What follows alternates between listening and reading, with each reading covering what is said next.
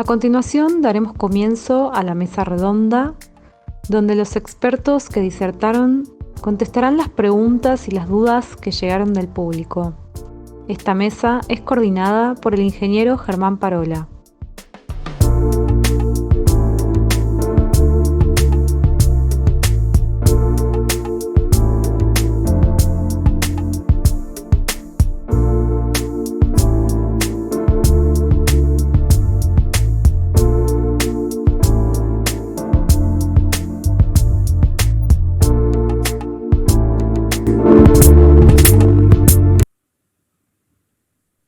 Bueno, buenas tardes a todos.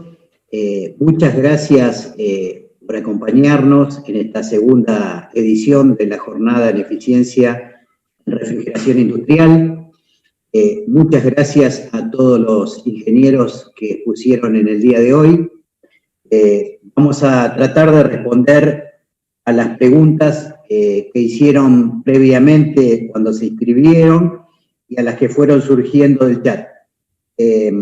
Las preguntas son muchísimas, vamos a tratar de agrupar y cada experto va a agrupar como nota de sus consultas, las va a tratar de responder a todas. Les pido disculpas si quedó alguna sin responder, pueden enviarnos un email o a Red Alimentaria que lo va a redireccionar o le va a dar nuestros contactos y trataremos de no dejar ninguna sin responder.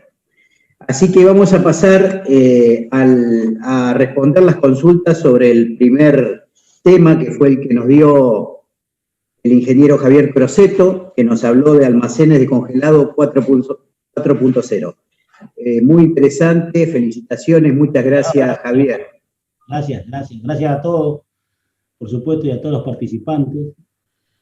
Para no hacerlo largo, paso a un par de preguntas que me han hecho.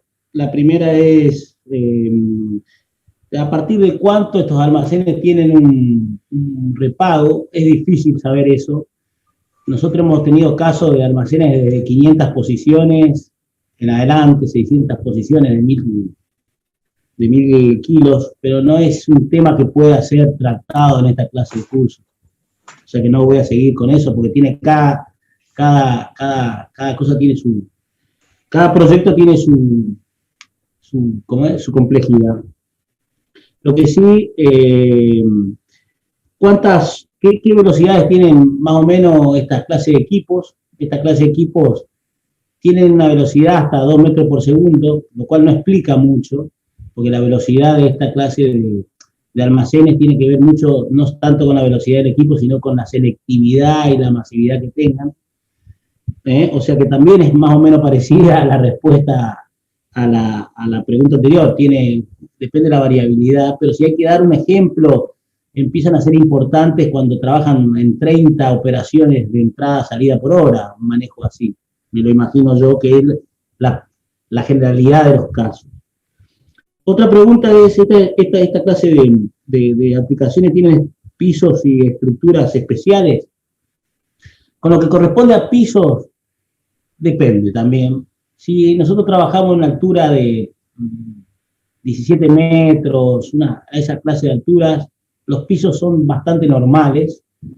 Se complica un poco cuando es autoportante, porque ahí la estructura está transmitiendo, la estructura de rack transmite directamente hacia los pisos y quizá haya un par de refuerzos, no por los equipos en sí, debido a que los equipos van sobre rieles y es una barra que distribuye las tensiones dentro de los almacenes.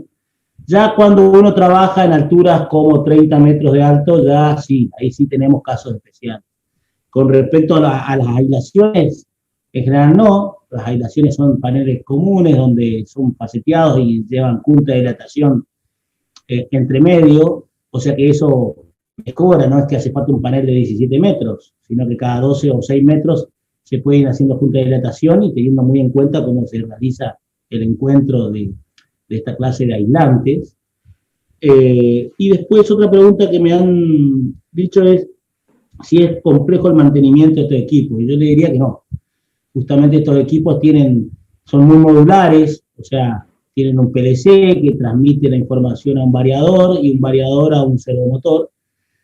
Básicamente si existiera alguna falla, la falla es modular, y lo bueno de esta clase de equipo es justamente eso, se puede hacer un mantenimiento preventivo, debido a que las condiciones de trabajo dentro del almacén son como las que se expuso en las filminas, ¿verdad?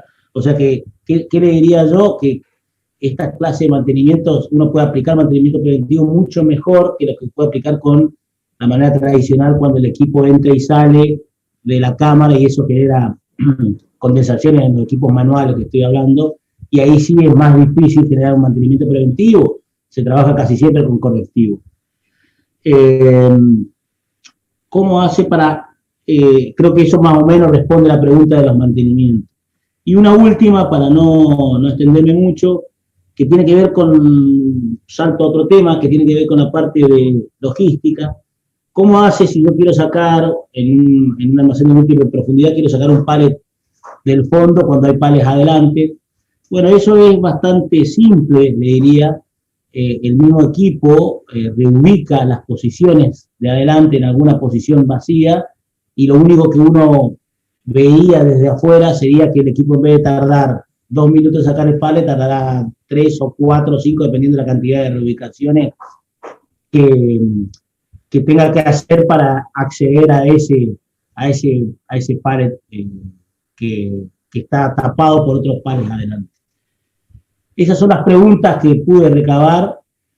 Les agradezco mucho, por supuesto a mis colegas, los tengo siempre, estamos siempre en contacto, y nada, es un gusto hacer esta exposición.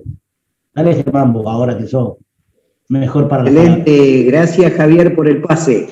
Excelentes soluciones, nueva normalidad, nuevas soluciones.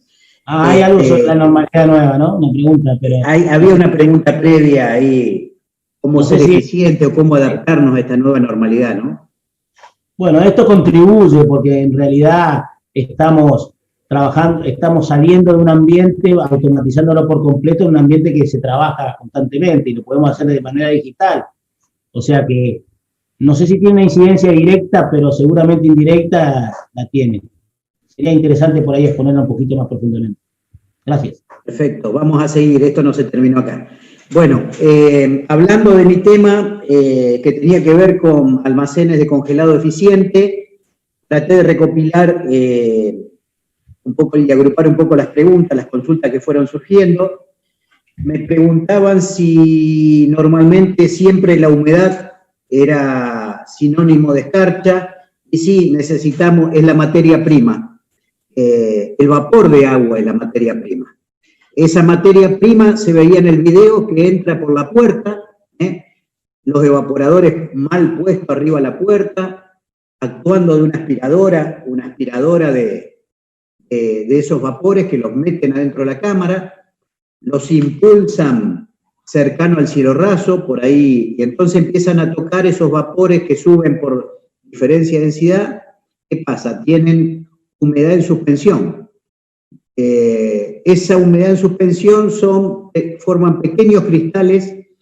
Esos cristales, algunos pegan en el evaporador e impactan en las primeras filas, otros son empujados y se adhieren a otras superficies frías, el techo, las paredes, las estanterías. Bueno, generan la película de terror de las imágenes que vimos al principio. Así que respondo a eso como que siempre necesitamos de humedad para generar la indeseada escarcha. Alguien dijo por ahí, acotó muy bien, que los burletes de las puertas son importantes y tiene mucha razón. También me lo recuerda mi señora siempre que cambia el burlete de la heladera, ¿no? Tiene razón. Pero bueno, es verdad, porque tiene que ver con el ingreso de aire dentro del recinto. Ese vapor de agua se transforma en escarcha. Ahora, también tiene mucho que ver, algunos me preguntan cómo controlarlo. Digo, bueno, todas las barreras son importantes para controlarlo. Barreras físicas, desde generarle un abrigo anterior climatizado, o en una antecámara, en un dock de carga más grande, quitarle humedad relativa. Por eso me enfoqué a veces para solucionar el problema de adentro del almacén de congelados. Primero tengo que solucionar el problema afuera o en el ambiente lindante. En este caso sería deshumectar la antecámara. Me preguntaron mucho por tendencia de refrigerantes. Voy rápido porque roza este tema, pero tiene más que ver con la primera edición. La tendencia es a los refrigerantes naturales. Me preguntaron por dióxido de carbono. Sí, se usa mucho el dióxido de carbono.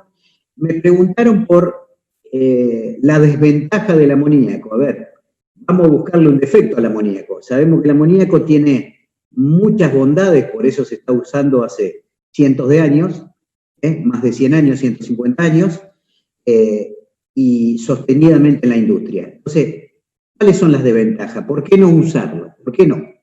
Digamos, porque cuando tenemos una restricción, cuando no queremos usarlo porque eventualmente estamos en un lugar residencial o queremos, inevitablemente es una norma de la empresa no usar amoníaco, tenemos otras soluciones, combinarlo con otros refrigerantes.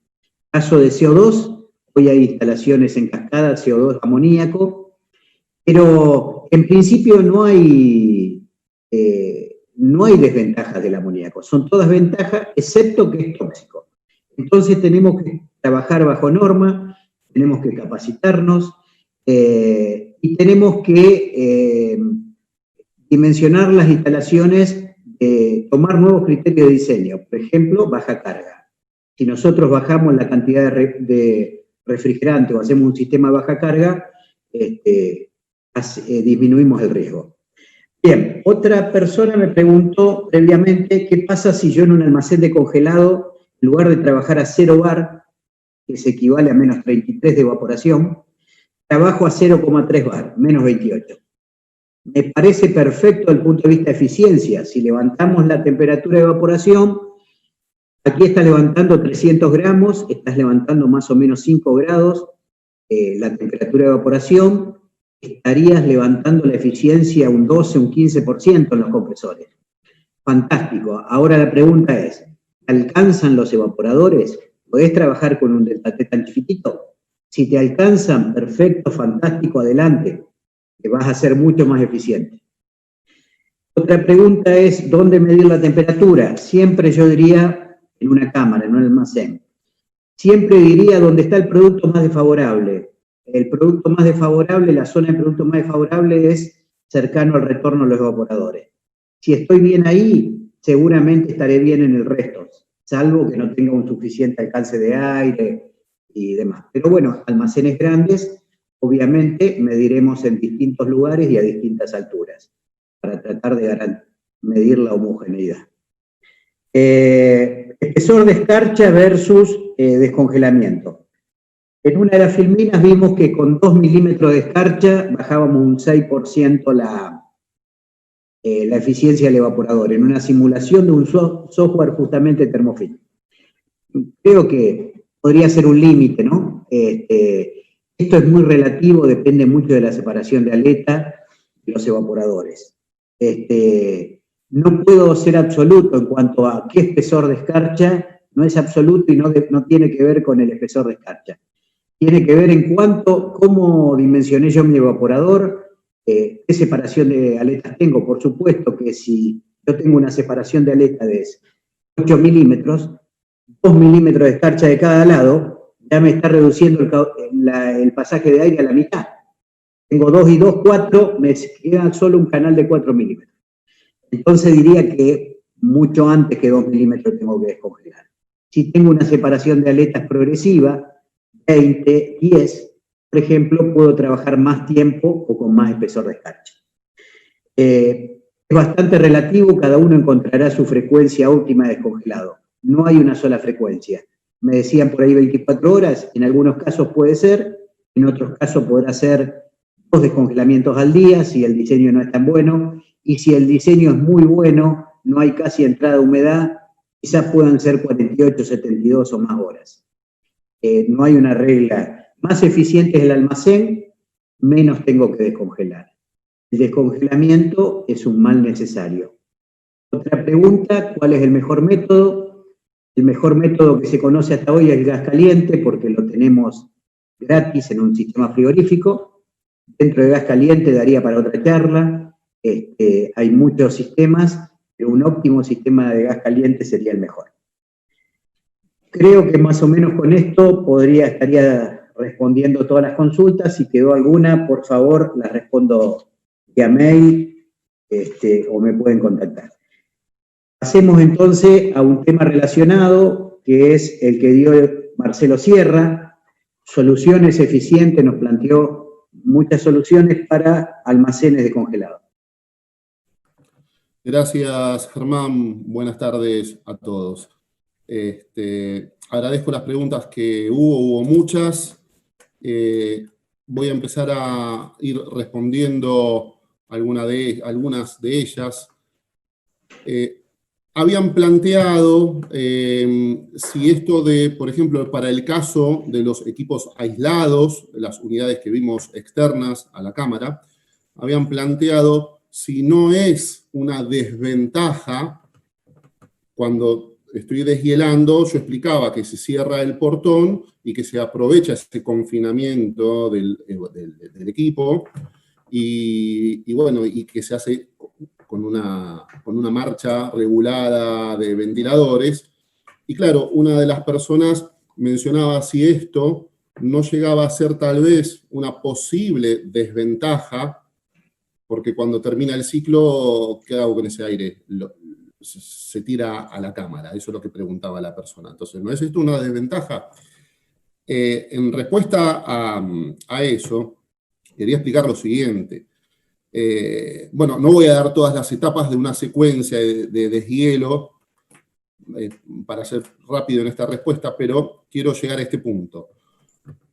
Yo cierro el portón y cuando cierro el portón comienzo el proceso de deshielo en el bloque, en el evaporador. Empiezo el que sea, puede ser deshielo eléctrico si hablo en el caso de CO2, puede ser gas caliente, por supuesto, si hablo de amoníaco, pero bueno, comienzo el deshielo en el bloque. Una vez que abro la línea en el bloque, activo los ventiladores, van a estar, como dije antes, a un 15-20%, y yo ya estoy generando un aire caliente que empieza a circular dentro de esa caja que ustedes vieron, dentro de ese equipo aislado. Una vez que no presenta hielo, el evaporador, que hay que cortar el proceso de deshielo, lo que obviamente se hace ahí es, se desactivan los ventiladores, se frena la línea de gas caliente o se corta el servicio de resistencias eléctricas, así fuese el deshielo, y se deja escurrir, normal, unos aproximadamente 5 minutos. Se desactivan, como dije, los ventiladores y empezamos a activar el paso del fluido refrigerante, del amoníaco. Se deja circular durante unos 5 minutos para asegurar que el vapor o el remanente de agua en la superficie de tubos se congele y ahí reanudo el proceso. Pero es decir, cuando yo abro el portón, yo ya voy a tener un aire más frío, ¿ok? Porque yo ya empiezo yo ya abrí el circuito de refrigerante y yo ya empiezo a generar en mi serpentina las condiciones para que ese aire se empiece a enfriar.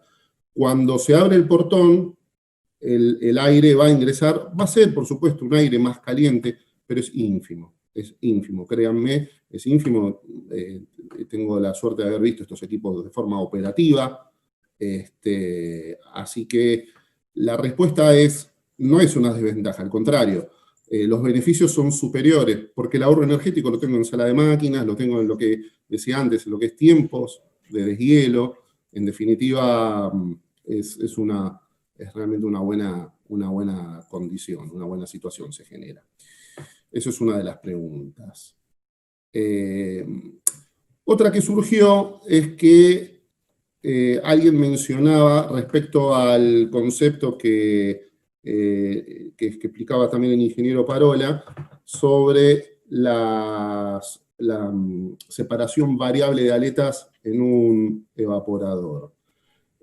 La consulta decía, o el comentario decía, tener presente, aquí me lo anoté, decía, tener presente que a mayor separación de aletas, el evaporador tiene un costo más alto, necesita más área de transferencia para el intercambio de calor. Yo quisiera, en este punto muy interesante, todos los planteos, no tengo acá ahora para poder compartir la pantalla, el tiempo apremia, pero quiero comentar, tengo un caso de estudio que de hecho se expuso en la jornada técnica de la vez pasada, donde mostrábamos dos evaporadores idénticos en superficie de intercambio, idénticos, por supuesto, en su capacidad, en el flujo de aire que estos equipos manejaban, mismas condiciones de temperatura, mismo arreglo de batería, es decir, tenía 6 tubos en fondo, el mismo arreglo de batería. ¿Qué pasa? Uno de ellos presentaba una separación fija de aletas, en ese ejemplo eran 12 milímetros. Y el otro equipo presentaba una separación variable donde en las primeras 2 filas teníamos 20 milímetros de separación y en el resto del evaporador 10 milímetros.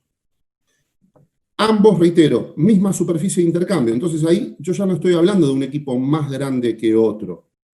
¿Se entiende la idea? Yo estoy teniendo misma superficie de intercambio, mismo equipo, pero tengo distribuida distinta la separación de aletas. Si yo esa combinación de aletas hiciese una distribución lineal, me daría 12 milímetros. Entonces, ¿qué quiere decir? Si comparo un evaporador de separación fija y otro de separación variable de misma superficie de intercambio, el que tiene separación fija voy a tener que hacerle deshielos más frecuentes que al otro que tiene separación variable.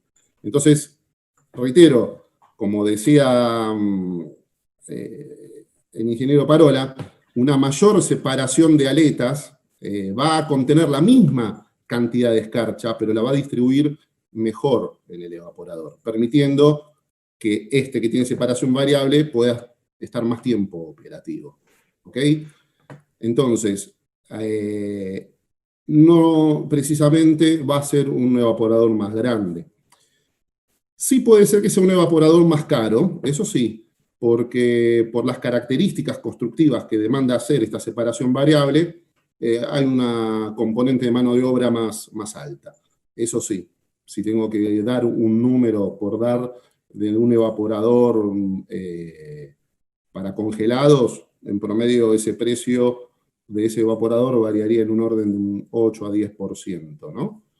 Pero, bueno, creo que está respondida la pregunta o el concepto aclarado, ¿no? Otra pregunta que he recibido es, ¿qué tipo de evaporadores es más eficiente para una cámara de 20 por 15 por 8 de altura? Y ponen, lo quiero mantener a una temperatura constante de menos 25. A ver, por las dimensiones de la cámara, yo diría un costo-beneficio de equipo, tal vez iría con una opción de evaporadores tipo cúbicos. Tal vez para lograr una mejor eficiencia en lo que es deshielo, pensaría en un sistema de persianas. El sistema de persianas que mostré hace unos minutos en la presentación, que pertenecían a otro tipo de equipo, pero pueden ir tranquilamente en un equipo cúbico. Es un módulo que se adiciona de persianas motorizadas, entonces eso me permitiría a mí confinar un poco más al evaporador y lograr una eficiencia. Tenemos casos de instalaciones de equipos convencionales con persianas, en Chile, por ejemplo, hay, acá en Argentina también hay muchos, así que podría responderles eso desde ya, que si ponemos un equipo penthouse, ya también vieron las ventajas. Una cámara como esa admitiría un equipo penthouse, el famoso integrado al edificio, el que habíamos mostrado que tenía su campana y su ducto, ¿no? Pero me quedaría tal vez con un cúbico de persianas. ¿Cómo estoy de tiempo? Ya voy a la última. Dale. Sí. Una de las preguntas eran si estamos aplicando equipos con CO2. La respuesta es sí. Hay instalaciones, hay centros de distribución que ya hemos hecho en Argentina, sistemas de -30, y también hay equipos aislados, insulated cooler, que también hemos instalado con sistemas CO2 por expansión directa. Estoy hablando para temperaturas de -20 grados, siempre estoy hablando en aplicaciones de congelado, y tenemos también instalados en Chile sistemas de CO2. Así que quedan algunas preguntas, pero bueno, no da el tiempo. Aprovecho ¿Alguna más que elijas? Si me permitís, Germán, sí, una más. Vamos con una más, elegí una más. Dale. A ver, preguntaban, ¿cuál sería la altura correcta de instalación? ¿Cuál sería la altura correcta de una instalación, de un evaporador en una instalación? Ay, espera, quedó acá. ¿Cuál sería la altura correcta de una instalación de un evaporador en un almacén con racks? Bueno, pudieron ver en las presentaciones anteriores que dependiendo de los almacenes había soluciones. Es decir, no es una restricción. Esto es como todo. Si pensamos un proyecto desde su génesis, desde cero, por supuesto vamos a pensar en las mejores soluciones, y el cliente, evaluará con su proveedor de racks, con el proyectista y con quien le hace el sistema de refrigeración, cómo unir estas piezas del rompecabezas. Ahora, ya vimos, hay cámaras. Vimos el caso de Argentina, 35 metros de alto. Ese equipo tiene por lo menos, obviamente, la altura del evaporador, habíamos dicho que tiene que quedar libre, pero el resto es todo almacenamiento. Después vimos la otra solución, cámaras más bajas, 15, 12 metros, pero donde solamente tengo un ducto de distribución. Vimos que los racks también son altos. Entonces, la altura ¿qué altura deberían tener los racks para colocar o hacer una buena instalación de evaporadores? Va a depender de la solución que el cliente elija para su proyecto. Así que aprovecho a dejarles mi correo electrónico. Gracias a todos por preguntar, por participar. Mi email es marcelo.sierra@termofin, con TH, termofin.de, D de dedo, E de Eduardo, de Deutsch, Alemania. marcelo.sierra@termofin.de. Muchas gracias a todos. No, gracias a vos, Marcelo. Estaba escuchando atentamente a todos y, bueno, las preguntas asociadas al diseño, qué importante es la interdisciplina, porque los especialistas, ya sea desde el punto de vista edilicio, desde el punto de vista de la logística, las estanterías automáticas, desde el punto de vista del frigorífico, interactúen desde el momento de diseño, ¿no? En el proyecto. Porque lo que nos respondía recién Marcelo, de decir cómo circula el aire por encima de la estantería y por debajo del cielo raso, bueno, todo eso tendrá que ver en cada caso, no hay una solución única, sino que tendrá que estar ajustado a cada diseño de rack, a cada diseño de edilicio, y bueno, a cada posibilidad, ¿no? Las soluciones son diversas. Muchas gracias. Pasamos a la charla siguiente, que es la que nos dio el ingeniero Hernán Bellante, que nos habló de la importancia y los beneficios de utilizar un lubricante correcto y adecuado en cada caso para un sistema de refrigeración. Bueno, adelante, Hernán. Muchas gracias. Yes. Bueno, muchas gracias, Germán, por el pase. Bueno, yo estuve recabando un poco la información, la fui agrupando, las consultas que fueron haciendo, y bueno, en base a eso voy a dar las siguientes respuestas, ¿no? O sea, algunas preguntas fueron como los beneficios de usar el aceite adecuado en un compresor de amoníaco, qué pasaba, ¿no? Cuando usábamos mejores lubricantes en compresores de amoníacos, y bueno, interesado por conocer sobre el lubricante en compresores de amoníaco. Generalmente, esas preguntas fueron un poco la respuesta de esas preguntas está en la temática de lo que hablamos en la charla. Fue lo que vimos, ¿no? O sea, usando y utilizando productos de una generación más avanzada, productos que son de una tecnología doble hidrotratada, que son minerales parafínicos, pero doble hidrotratados. Para también responder una pregunta que está un poco más abajo, llegamos a un mejor rendimiento del compresor en general. Mejor rendimiento es más eficiencia del compresor, ahorro energético, mayor protección contra el desgaste, más cuidado del medio ambiente, más ecología y demás. Esa es una del grupo de las preguntas que vimos. Después, lubricante correcto para cada compresor, tecnología sintética polialfa-olefina, poliolésteres, poco más técnico, quizás la pregunta. Bueno, básicamente cuando arrancamos la presentación también, que es la presentación que después le va a quedar, que vamos a enviar por correo, hablábamos de eso, ¿no? De que para cada tipo de gas, ASHRAE, para cada una de las clasificaciones que se le da al gas, hay una recomendación, sugerencia de usar aceites minerales, de usar aceites doble hidrotratados, de usar aceites sintéticos poliolester, bueno, en fin, ¿no? O sea, esa tabla también es un resumen o una respuesta a las preguntas con respecto a qué aceite usar o qué aceite seleccionar según el tipo de compresor que tengamos en la planta, ¿sí?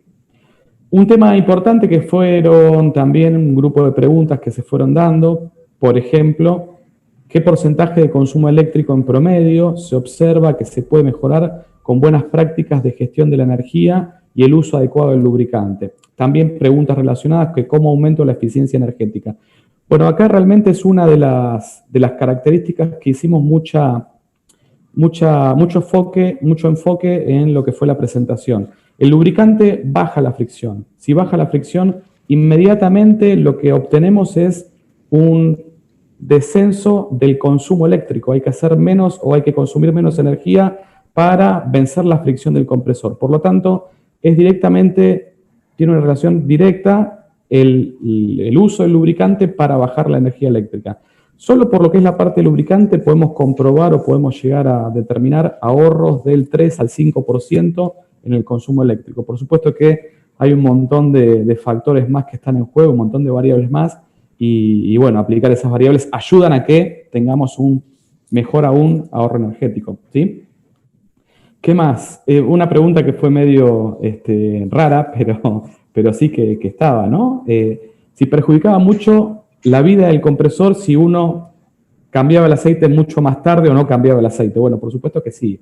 O sea, el aceite dentro de un compresor se va degradando, se va variando, va cambiando sus características físico-químicas y esa deformación técnica y química del aceite perjudica la vida útil del compresor. Entonces, realmente es necesario trabajar con el adecuado mantenimiento predictivo, o sea, trabajar con un control del aceite periódico, hay que analizar el aceite, ver el estado físico-químico que tiene y ver que no se desvíe, porque es la única manera de garantizar de que un aceite en buen estado me va a extender la vida útil del compresor y bueno, por supuesto que cuando el aceite se degradó es momento de cambiarlo para que no se arruine y no se rompa el compresor. Así que esa era un tema también importante. Una de las últimas preguntas, si dejamos tiempo, vengo bien con los tiempos, me controlo, es cómo lubricar adecuadamente un cartón freezer, ¿sí? Dentro de una instalación de cartón freezer nos encontramos con muchas instalaciones mecánicas. Vamos a encontrar, por ejemplo, rodamientos trabajando a bajas temperaturas, transmisiones de engranajes, cajas reductoras trabajando a bajas temperaturas y lo mismo que cadenas trabajando en bajas temperaturas. La situación es que cuando uno elige un aceite para un sistema que esté trabajando con cartón freezer, hay que buscar un lubricante específico para cada aplicación, una grasa para el rodamiento, un aceite para el reductor, un aceite específico para la cadena, pero que además tenga la particularidad de que soporte muy bajas temperaturas. En general son aceites sintéticos, 100% sintéticos, de una familia, polialfa-olefina, y se usan para soportar temperaturas muy bajas sin que el aceite pierda su fluidez, sin que el aceite pierda su fluencia, su capacidad de moverse. Inclusive, bueno, un poco por la temática de esto, ¿no? De lubricar adecuadamente un cartón freezer, seguramente la próxima charla que enfoquemos, estamos pensando desde el APSA hacerla un poco más relacionada a lo que es lubricación de muy bajas temperaturas y lubricación con lubricantes agroalimenticios como para aplicaciones de cartón freezer. Así que básicamente es eso. Después hay algunas preguntas un poco más puntuales acerca de productos, de cuál es el resultado del reflo. una marca, trato un poco de no hablar de marca, pero en la presentación el Reflo es un grupo 2+, así que si comparan con la presentación, ese es el resultado que puede tener un Reflo. Y nada, características así generales, por ejemplo, de qué es mejor, si un afténico, un parafínico, es un poco más técnico, ya no quiero extenderme, que un poco como decía Marcelo, ¿no? O sea, si hay una información un poco más profunda y precisa que estén necesitando o estén requiriendo, los invito a que nos contacten vía el correo electrónico. Los correos de las personas del APSA son el nombre, punto, el apellido, @lapsa.com.ar. En mi caso, por supuesto, hernan.bellante, B_L, @lapsa.com.ar, que bueno, para eso estamos, ¿no? Es parte, digamos, de nuestra forma de trabajar, ¿no? Dar asistencia técnica, así que tienen el canal abierto para contactarme y para hacerme las consultas que crean necesarias. Creo que estoy, Germán, te doy el pase. Perfecto. Gracias por los aportes. 3% de eficiencia que nos puede dar además un lubricante no es nada despreciable. Más la vida útil que nos da la máquina, son aportes importantes. Bueno, el siguiente tema fue a cargo de la UTN. La verdad que me toca el corazón porque yo también soy graduado de la UTN Rafaela. Nos representó muy bien el ingeniero Aglieto, nos habló de la eficiencia energética en la industria, y la verdad que, Guillermo, nos hiciste reflexionar un poquito porque no nos alcanza el mundo. Gracias, Guille, y adelante. Dale, gracias, Germán. Sí, un poco la idea al principio es, a veces siempre lo vemos desde algún punto de vista tanto lejano, la eficiencia energética, y cuando lo vemos en números, más allá de lo que podemos sentir o no, empieza a tocarnos un poco más la fibra. Sí, la idea, un poco el pantallazo general de mitos y verdades, o mitos y realidades, era que sea un poco llamador, porque por ahí vienen algunas dudas desde ese punto de vista. Yo me voy a quedar con, Germán, si me permitís, con 2 o 3 consultas que habían hecho antes y alguna aclaración. En su momento preguntaron aspectos para aumento de la eficiencia energética de estas, creo que en la charla estuvo presentado, en aspectos generales, pero sí a esa pregunta me gustaría agregar lo que vimos al final. Es muy importante tener un conocimiento de nuestra instalación y plantear algo sistemático, algo que sea una mejora continua, algo que nos permita ver ordenado en referencia a algo fijo, a kilo de producto, superficie, algo que nos permita empezar a tener noción a dónde apuntar. Ni hablar que en la parte de refrigeración es un tema fundamental. Entonces creo que eso es un tema importante, y que no todas las empresas son iguales y nos vamos encontrando con realidades distintas a cada uno. Después, también una cosa importante es, que por ahí lo comentaron, es el tema de la parte de poder hacer las cosas desde el punto de vista de la proyección. Cuando se hace un proyecto nuevo, amigarse un poco con esto, y a veces la experiencia y el conocimiento de todos los parámetros nos permite, a veces no nos da, porque es muy frustrante muchas veces para los ingenieros y técnicos en mantenimiento o en ingeniería, que no analizarlo y no poder llevar a cabo mejoras, pero no es en vano, porque nos sirve para cada proyecto nuevo ya tener esa información e implementarla. Después nos preguntaron por la mejora de eficiencia de la energía eléctrica, y ahí también, creo que estuvo respondido apenas al principio, que con el tema de la cerveza, pero me gustaría acotar algo en el sentido específico, que una cosa es cuando hablamos de algunas mejoras en eficiencia energética generales, como nuevo vapor, retorno y demás, o la iluminación, pero en la parte de energía eléctrica concretamente, hay que tener precaución. ¿Y por qué digo precaución? Porque muchas veces queremos justificar una solución que tenga que ver con mejoras de diferentes tipos con el ahorro energético. Y a lo que voy concretamente, por ejemplo, la parte de la compensación de reactiva sí es un hecho puntual, pero muchas veces hemos visto cambios enteros de conductores porque el efecto Joule va a disminuir y de esa forma ahorramos energía. Hay que tener cuidado con eso. es verdad que el Joule es proporcional al cuadrado de la corriente, entonces vamos a tener un ahorro, pero no es lo significativo, no es lo principal. Y la consulta que está también muy ligada a todo esto es nivel de armónico de distorsión, entonces filtro las ondas eléctricas y así de esa manera, ahorrándome en armónicos, puedo recuperar la inversión en el filtrado. De vuelta, mucho cuidado con eso, porque si nos vamos por el lado de la eficiencia energética no es el camino, porque no hay un retorno de inversión ahí, y no podemos ir por muchas otras mejoras, pero no por ese lado. Porque son inversiones que después, en mantenimiento o en ingeniería, cuando vemos que después no se dan los resultados, nos empezamos a preocupar. Y me quedo también con una que decía, como para cerrar y no extenderme, Germán, si hay experiencia en el uso de energía renovable en la parte de equipo de frío, podemos encontrar mucho en bombeo porque de alguna forma está relacionado y de forma autónoma. En la parte de frío en general estamos hablando de cargas grandes. Por lo tanto, para tener esa disposición o esa disponibilidad de energía en la parte de renovables, nosotros hemos analizado varias alternativas a esa y no es una solución de forma desde el punto de vista de empresa, ¿no? Viable pensarlo de esa manera, como un sustituto. Sí puede ser un complemento de generación en línea, y acá hay un tema muy importante, por eso me detuve en esa pregunta, que es, se da que el mayor consumo en las empresas alimenticias es en verano, porque por lo que vimos, que la mayor carga termina siendo la parte de frío, principalmente o en muchas empresas.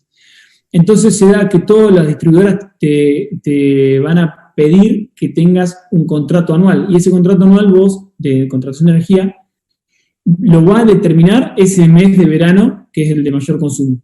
Sí podría darse el caso, dependiendo de la distribuidora, que tu energía renovable pueda estar aportando a bajar ese pico, porque tu mayor generación va a ser justamente con tus días de mayor calor.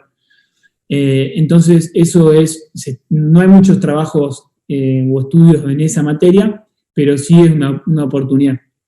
Así que tener cuidado, que por el lado del autónomo es ciertamente un mito, pero sí una realidad que puede mejorar mucho nuestra contratación.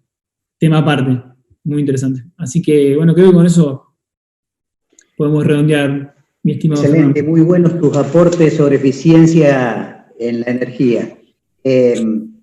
Pasamos al ingeniero Guillermo Rubino, que la verdad que tuvimos el orgullo y el honor de que nos haya representado, y haya representado al INTI de Rafaela.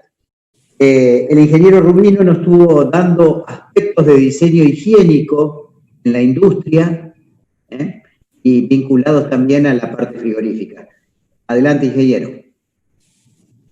Gracias, Germán.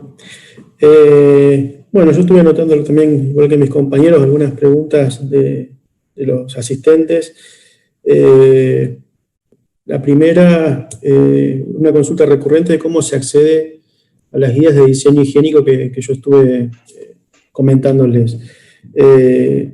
Estas guías se pueden adquirir en las páginas de ehdg.org, que es la página oficial de HDG a nivel internacional.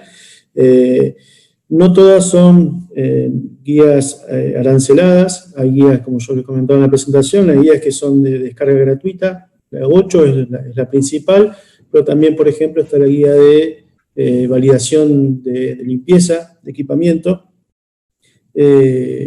Estas guías están en idioma inglés y en idioma español solamente la número 8. El resto de las guías nosotros disponemos en nuestras oficinas de las guías para que las puedan ver, ¿sí? Dada esta situación de pandemia, podemos a través de un Zoom o cualquier otro medio compartírselas para que las puedan visualizar, porque entiendo que a veces hacer una compra de una guía sin conocer su contenido puede defraudar al fin de hacer la inversión. Si bien son guías que no son tan costosas, bueno, la idea es que les sirvan. Principalmente la guía 44, que es la que estuve comentando solamente algunos aspectos, es una guía muy importante. Y bueno, esa, si bien hay algunas imágenes en la presentación, la guía es mucho más profunda y podemos, si el que lo desea, Mi mail es grubino@inti.gov.ar y podemos pautar alguna reunión como para conversar sobre ello. Otra pregunta hablaba sobre las ventajas de trabajar en temas de ingeniería higiénica. Bueno, más allá de que, por lo comentado, la inocuidad de los alimentos es una exigencia hoy de por sí, el trabajar en temas de ingeniería higiénica y estructurado en la forma que nos presentan las guías trae muchos beneficios. En primer lugar, da por sentado ya los requisitos que hay que cumplir, ¿sí? Cuando uno va a comprar un equipo, generalmente lo más importante es definir los requisitos, y sabemos que es un problema normalmente entre el comprador y el vendedor, que llegado el momento puede haber problemas en que los requisitos no estaban correctamente definidos. El trabajar con guía o trabajar con normativa nos va a permitir allanar ese tipo de problemas, y va a ser una tranquilidad tanto para el fabricante de equipos como para el fabricante de alimentos el basar las discusiones en la normativa, ¿sí? Sabemos que muchas veces los lineamientos que nos ofrece el SENASA o las organizaciones de inocuidad de las provincias no son tan profundas y tan detalladas como deberían ser, ¿sí? Ese vacío lo vienen a cubrir las guías. Yo solamente hablé de la 44, pero como les he comentado, hay más de 55 guías y se habla de distintos tipos de temas como tratamiento de aire, calidad de materiales, soldadura.